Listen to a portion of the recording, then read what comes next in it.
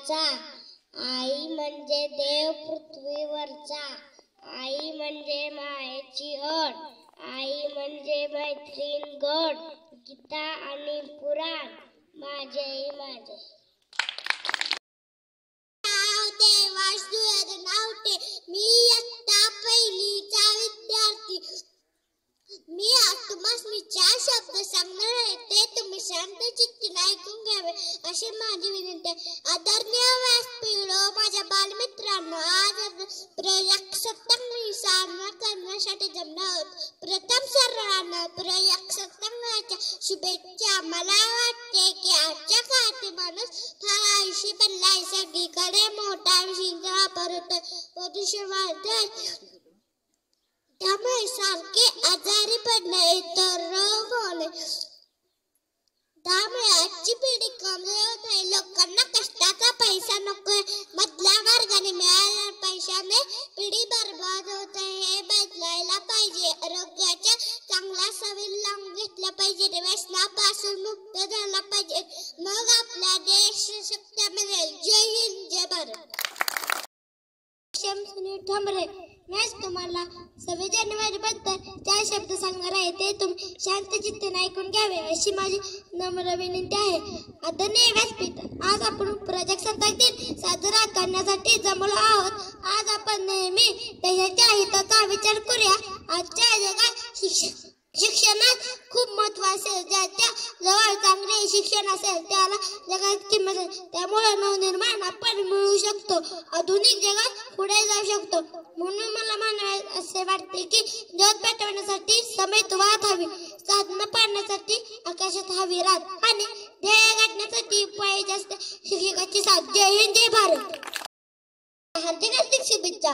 मी माऊली महेंद्र मोहिते. मी आज आपल्या देशातील काही विशेष बाबी सांगणार आहे.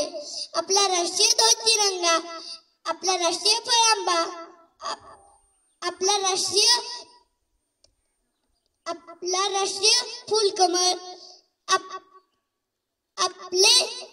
आपला राष्ट्रीय पक्षी मोर, आपले राष्ट्रगीत जनगण मन, आपले राष्ट्रीय गीत वंदे मातरम, आपला खंड आशिया, आपला देश भारत, आपल्या देशाची राजधानी दिल्ली, आपले राज्य महाराष्ट्र, आपल्या राज्याची राजधानी मुंबई, आपले राष्ट्रीय सण स्वातंत्र्य दिन, प्रजासत्ताक दिन व महाराष्ट्र दिन.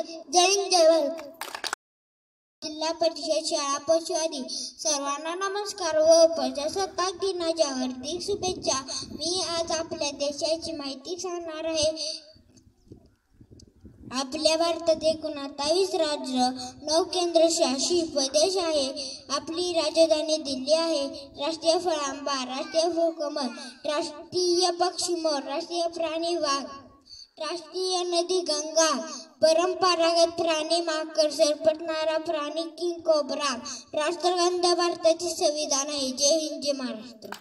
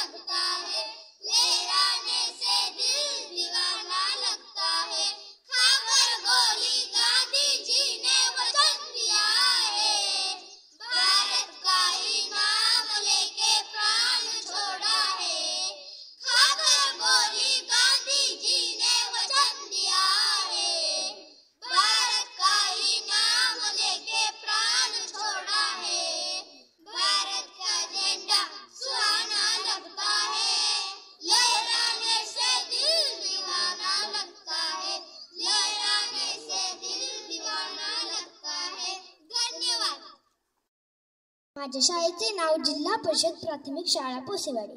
पोसेवाडी हे गाव डोंगराच्या कुशीत वसलेले आहे, जिथे झाडांची घनदाट सावली पसरते. गावाच्या सौंदर्याला अधिक उठाव देते. गावभोवती उसाचे हिरवेगार मळे दिसतात, तर पावसाळ्यात नदी नाल्याचे पाणी वाहताना त्याचा गारवा सगळीकडे पसरतो. गावाजवळ लहानसा तलाव आहे, जो उन्हाळ्यात गावाला पिण्यासाठी व शेतीसाठी पाणी पुरवतो.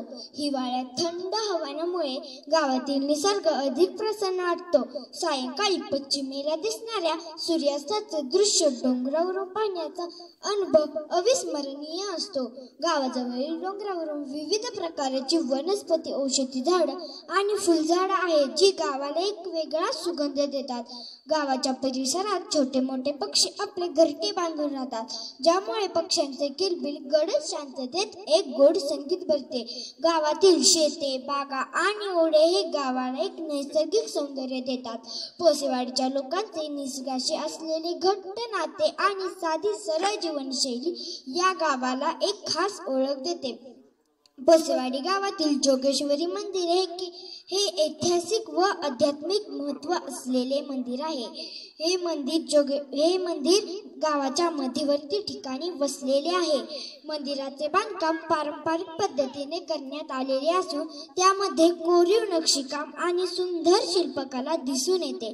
मंदिराच्या गाभाऱ्यात देवी जोगेश्वरीची मूर्ती स्थापित आहे, जी अत्यंत आकर्षक व मंगलमय आहे. ही मूर्ती देवीच्या अद्भुत रूपाचे दर्शन घडवते आणि भक्तांच्या मनाला शांती देते.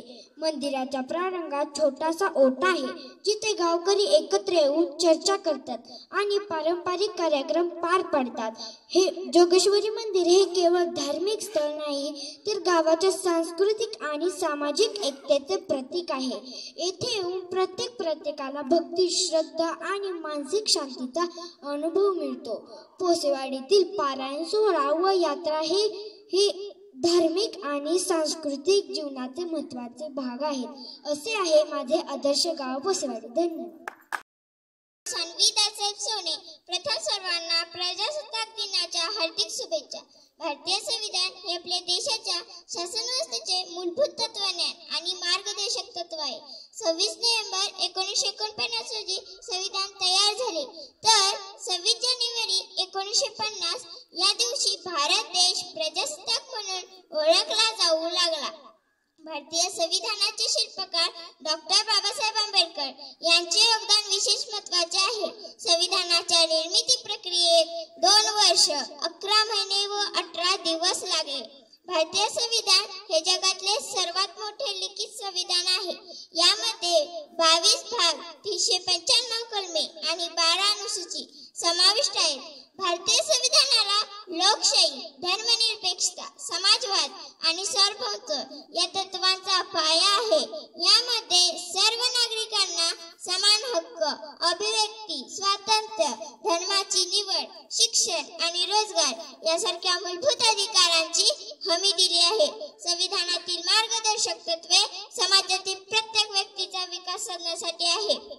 भारतीय संविधानाची एक विशेषता म्हणजे त्याची लवचिकता. वेळोवेळी करण्यात आलेल्या सुधारणा संविधानाला अधिक सुसंगत आणि आधुनिक बनवते.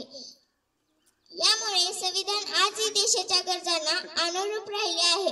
भारतीय संविधान केवळ कायद्याचा दस्तऐवज नसून ते आपल्या देशाच्या विविधतेत एकतेचे प्रतीक आहे. यामुळे प्रत्येक भारतीयांनी संविधानाचा आदर करणे, त्यातील मूल्यांचे पालन करणे आणि देशाच्या विकासासाठी योगदान देणे हे आपले कर्तव्य आहे. भारतीय संविधान हे भारताचे आत्मस्वरूप असे मानले जाते, कारण तेच आपल्या देशाला योग्य दिशा आणि प्रगतीचा मार्ग दाखवते. शेवटी एवढे